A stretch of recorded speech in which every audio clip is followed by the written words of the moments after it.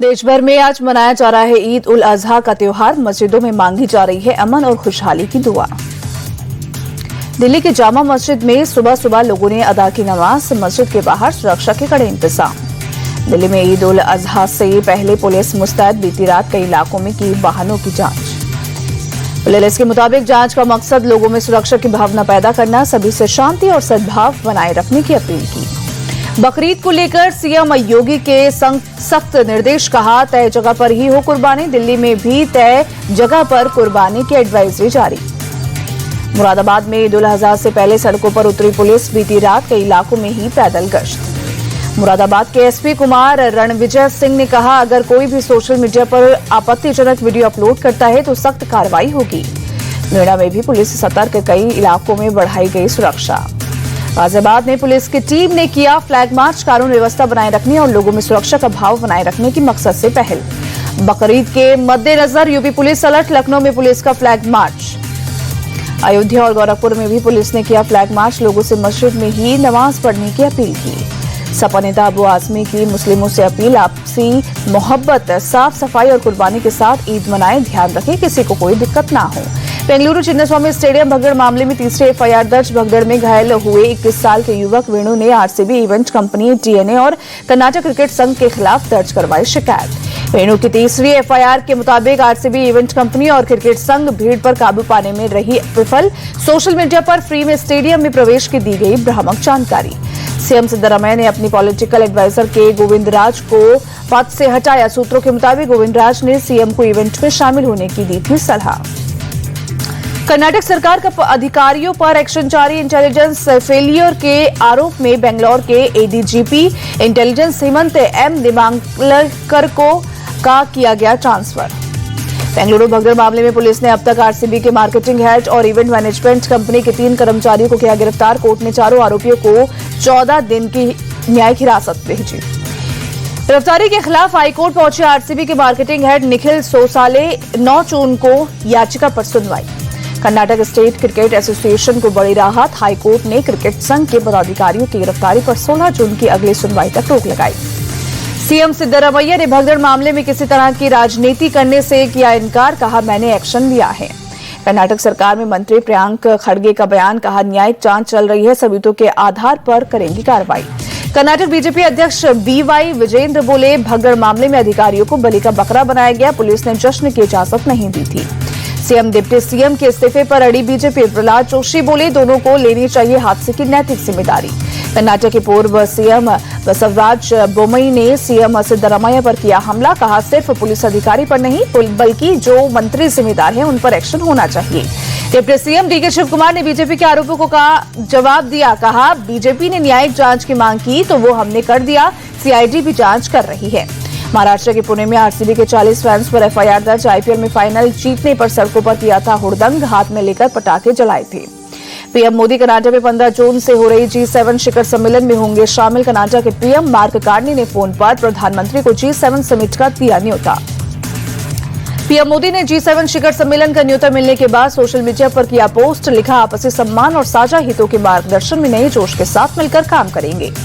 कर्नाटक के PM mark Carney G7 शिखर सम्मेलन में भारत की मौजूदगी को बताया अहम। कहा, जब विश्व नेता ऊर्जा सुरक्षा और महत्वपूर्ण खनिजों जैसे मुद्दों पर चर्चा करेंगे तब मेज पर भारत का होना जरूरी है। बिहार दौरे पर राहुल गांधी का बड़ा दावा। कहा, जाति जनगणना के सही आंकड़े आए तो बीजेपी वालों की राजनीति खत्म। सेसवार को लेकर राहुल गांधी का फिर पीएम मोदी पर हमला। कहा, मोदी जी की आदत सरेंडर की। ट्रंप ने 11 बार सरेंडर की बात कही, फिर भी वो एक शब्द नहीं बोले। जेडीयू नेता केसी त्यागी का राहुल पर पलटवार। कहा, मंडल कमीशन का विरोध करने वालों की राजनीति खत्म होगी। डिप्टी सीएम विजय सिन्हा बोले, कहा, राहुल तभी बिहार आते हैं जब चुनाव होता है, पब्लिक सब जानती है। जनसुराज चीफ प्रशांत किशोर बोले, राहुल गांधी ने बिहार में कांग्रेस को आरजेडी का झंडा उठाने वाला ही बनाया है। तेजस्वी यादव ने बिहार सरकार पर बोला हमला। कहा, ऐसा कोई जिला नहीं है जहां बलात्कार, अपहरण, लूट ना हो। तेजस्वी यादव ने निशाना साधते हुए कहा, अपराधी पूरी तरह से बेलगाम हो गए हैं, सरकार अचेत अवस्था में है। जाति जनगणना पर अखिलेश यादव का बड़ा बयान। कहा, 2027 में पीडीए सरकार कराएगी यूपी में जाति जनगणना, तभी सही और सटीक आंकड़े सामने आएंगे। अब्बास अंसारी की सदस्यता खत्म होने पर बोले अखिलेश यादव, सपा के सदस्यों को टारगेट कर रही सरकार। बीएमसी चुनाव के लिए शिवसेना यूबीटी चीफ उद्धव ठाकरे 9 जून को मुलुंड में करेंगे कार्यक्रम। राज ठाकरे से गठबंधन के सवाल पर उद्धव ठाकरे का बड़ा बयान, कहा हम कोई संदेश नहीं देंगे, सीधे खबर देंगे। एमएनएस प्रवक्ता संदीप देशपांडे बोले, उद्धव ठाकरे कोई प्रस्ताव देंगे तो राज ठाकरे गठबंधन पर विचार करेंगे। महाराष्ट्र के डिप्टी सीएम अजीत पवार बोले, उद्धव और राज ठाकरे साथ आते हैं तो इस पर मेरे बात करने का क्या मतलब है। स्थानीय निकाय चुनाव पर बोले अजीत पवार, महायुति के लोग सीट बंटवारे पर करेंगे चर्चा। छत्तीसगढ़ के सीएम विष्णुदेव साय ने पीएम मोदी से की मुलाकात, कई मुद्दों पर हुई चर्चा। सीएम विष्णुदेव साय ने केंद्रीय गृह मंत्री अमित शाह से की मुलाकात, एंटी नक्सल ऑपरेशन पर की बात। यूपी सरकार बाकी बिहारी कॉरिडोर पर आम सहमति बनाने में जुटी। यूपी सरकार के सलाहकार अवनीश अवस्थी ने वृंदावन के लोगों के साथ बैठक की। कॉरिडोर को लेकर लोगों और सरकार में नहीं बनी सहमति, हंगामा कर बैठक से बाहर निकले लोग। मीटिंग में वही लोग थे जिनके घर तोड़े जा रहे हैं। नॉर्दर्न कमांड के कमांडर लेफ्टिनेंट जनरल प्रतीक शर्मा ने JNK के बसंतगढ़ का किया दौरा, सुरक्षा व्यवस्था की समीक्षा की। पुंछ में सेना ने एनसीसी कैडेट्स, स्टूडेंट्स और सीनियर नागरिक को ऑपरेशन सिंदूर पर दिखाई डॉक्यूमेंट्री, सेना के शौर्य को लोगों ने तक पहुंचाया। डॉक्यूमेंट्री दिखाने के बाद बोले पुंछ ब्रिगेड कमांडर मुदित महाजन, लोगों में देशभक्ति की भावना पैदा करना मकसद। ऑपरेशन सिंदूर पर आपत्तिजनक पोस्ट करने पर एक्शन, पुलिस ने गुजरात कांग्रेस के महासचिव राजेश सोनी को किया अरेस्ट। मुंबई में अभिनेता टीनू मोरियो के घर ईडी का छापा, मीठी नदी घोटाले के मामले में एक्शन। मीठी नदी घोटाले पर बोले डिप्टी सीएम अजीत पवार, जांच में कोई दोषी पाया गया तो होगी कार्रवाई। 26/11 के मास्टरमाइंड तैमूर राणा की न्यायिक हिरासत 9 जून तक बढ़ी। विवादित टिप्पणी करने वाली law student Sharmishtha Panauli Alipur women's correctional home से रिहा, कलकत्ता हाईकोर्ट से मिली है जमानत। जस्टिस यशवंत वर्मा मामले पर उपराष्ट्रपति जगदीप धनखड़ ने उठाए सवाल, अगर अपराध हुआ है तो एफआईआर क्यों नहीं हुई। दिल्ली की मुख्यमंत्री रेखा गुप्ता को सरकारी आवास आवंटित, 1/8 राज निवास मार्ग सिविल लाइन में रहेंगे सीएम। सरकारी स्कूलों के प्रिंसिपल से मिली दिल्ली सीएम रेखा गुप्ता, अधिकारियों को जल्द समस्या सुलझाने के निर्देश दिए। सीएम रेखा बोली, पिछली सरकार ने फर्जी एजुकेशन मॉडल तैयार किया था, 11 साल में एक भी साइंस स्कूल नहीं बनाए। दिल्ली सीएम को जान से मारने की धमकी, गाजियाबाद पुलिस ने दिल्ली पुलिस को दी जानकारी। छत्तीसगढ़ के बीजापुर में टॉप नक्सल नेता सुधाकर सुरक्षा बलों के साथ मुठभेड़ में ढेर, सुधाकर पर 45 लाख के नाम का था ऐलान। गढ़चिरौली में मुख्यमंत्री देवेंद्र फडणवीस की मौजूदगी में 12 नक्सलियों ने किया आत्मसमर्पण, पुलिस के सामने डाले हथियार। आत्मसमर्पण करने वाले नक्सलियों के पास दिखे कई आधुनिक हथियार, कुछ नक्सलियों पर 1 करोड़ से ज्यादा का था इनाम। मुख्यमंत्री देवेंद्र फडणवीस ने कहा, महाराष्ट्र में बहुत कम माओवादी बचे हैं, बोले मैं उनसे अनुरोध करता हूं कि वो भी आत्मसमर्पण करें। सीएम देवेंद्र फडणवीस ने महाराष्ट्र छत्तीसगढ़ सीमा पर नवनिर्मित कामडे पुलिस चौकी का किया दौरा, कहा पहले यहां प्रशासन की पहुंच नहीं थी, हमारी पुलिस ने आउटपोस्ट खोला, 4G का टावर बनाया। मेरठ में हॉरर किलिंग का खौफनाक मामला आया सामने, प्रेम प्रसंग की वजह से मां सहित घर वालों ने लड़की का गला दबाकर की हत्या, सिर काटकर शव को प्रतापपुर क्षेत्र में फेंका। लड़की के लोअर की जेब से मिले फोन नंबर के आधार पर हुई पहचान, पुलिस ने मां सहित 4 लोगों को किया गिरफ्तार, लड़की के सिर की तलाश अभी जारी। यूपी के बरेली में फर्जी जीएसटी इंस्पेक्टर बनकर शादी करने का आरोपी शहजाद अहमद गिरफ्तार, शादी के बाद नौकरी पर नहीं जाने से खुली पोल। पुलिस ने आरोपी शहजाद के पास से इंस्पेक्टर की फर्जी वर्दी, आईडी और आधार की बरामद। सोशल मीडिया पर वर्दी में कई रील किए पोस्ट, सिपाही की भर्ती के लिए एक कोचिंग सेंटर भी चलाता था।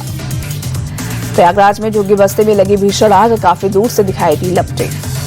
आग की वजह से बड़े पैमाने पर नुकसान की आशंका, किसी तरह की जनहानि की खबर नहीं। दमकल की टीम ने कड़ी मशक्कत के बाद आग पर काबू पाया, आग लगने की वजहों की जांच जारी। उत्तराखंड में ऋषिकेश के तपोवन में एक होटल की 6वीं मंजिल पर मौजूद डॉर्मेट्री में लगी आग, देखते देखते पूरी डॉर्मेट्री में फैली आग। पुलिस और फायर ब्रिगेड की टीम ने आग में फंसे लोगों को बाहर निकाला, रास्ता संकरा होने की वजह से कड़ी मशक्कत के बाद आग पर काबू पाया। शिलांग में लापता हुई इंदौर के सोनम के भाई का झलका दर्द, बहन के जिंदा होने का जताया भरोसा, कहा किडनैपिंग के एंगल से जांच करे पुलिस। नागपुर में गौ तस्करों पर पुलिस का बड़ा एक्शन, 21 जगहों पर छापेमारी कर 400 गौवंश को बचाया, कई गौ तस्करों को हिरासत में लिया। कोटा में बैंक घोटाले के आरोपी साक्षी गुप्ता का मोबाइल और लैपटॉप जब्त, 5 दिन पहले हुई थी गिरफ्तारी, खातों में हेराफेरी कर 4 करोड़ 58 लाख का किया गबन। नीट पीजी परीक्षा की नई तारीख का ऐलान, अब 3 अगस्त को एक ही शिफ्ट में होगा पेपर, पहले 15 जून को होने वाली थी परीक्षा।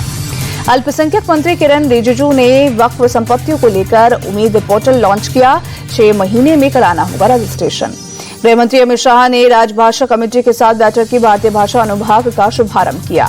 दिल्ली में चौथी भारत मध्य एशिया वार्ता हुई। एस जयशंकर ने सदस्य देशों का पहलगाम हमले की निंदा करने के लिए जताया आभार। दिल्ली के बंगला साहिब गुरुद्वारे में होगी कैंसर मरीजों की स्कैनिंग। परिसर में चल रहे गुरु हरकिशन सेंटर में लगाई गई पीईटी स्कैन मशीन सिर्फ 7,000 में होगी स्कैनिंग। केंद्रीय मंत्री जीतन राम मांझी ने केदारनाथ धाम में किए दर्शन। पूरे परिवार के साथ की पूजा अर्चना। बांग्लादेश के अंतरिम सरकार के प्रमुख मोहम्मद यूनुस ने आम चुनाव का किया ऐलान। 2026 में अप्रैल के पहले पखवाड़े में हो सकता है चुनाव। इलेक्शन कमीशन जल्द ही चुनाव का रोड मैप तैयार करेगा।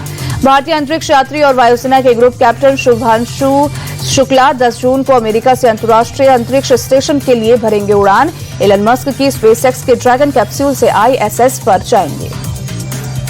एलन मस्क से खफा अमेरिकी राष्ट्रपति डोनाल्ड ट्रंप बेच सकते हैं अपनी लाल टेस्ला कार। मस्क की कंपनी को बढ़ावा देने के लिए खरीदी थी कार। उत्तरी यूक्रेन के चेरनिहिव पर रूस ने किया हमला। Missile attack. चेरनिहिव मिलिट्री प्रशासन के मुताबिक 4 नागरिक हुए घायल। एक की हालत गंभीर। मध्य अमेरिकी देश ग्वाटेमाला के अलोटे नेंगो में सक्रिय हुआ ज्वालामुखी। 12,300 फुट ऊंचे ज्वालामुखी से निकल रहा है गर्म गैस और राख का गुबार। अमेरिका में अरकासांस के वान ब्यूरेन में तूफान का कहर। कई मकान मलबे में हुए तब्दील। कुछ लोगों के घायल होने की खबर। भारतीय विदेशी मुद्रा भंडार में 1 अरब 24 करोड़ डॉलर की गिरावट दर्ज। RBI के मुताबिक 30 मई को खत्म में सप्ताह में 691 अरब 48 करोड़ डॉलर पर पहुंचा विदेशी मुद्रा भंडार। एलन मस्क की कंपनी स्टारलिंक की भारत में एंट्री। सेटकॉम सेवाओं के लिए टेलीकॉम मिनिस्ट्री ने दिया लाइसेंस। 15 से 20 दिन में शुरू होगा ट्रायल।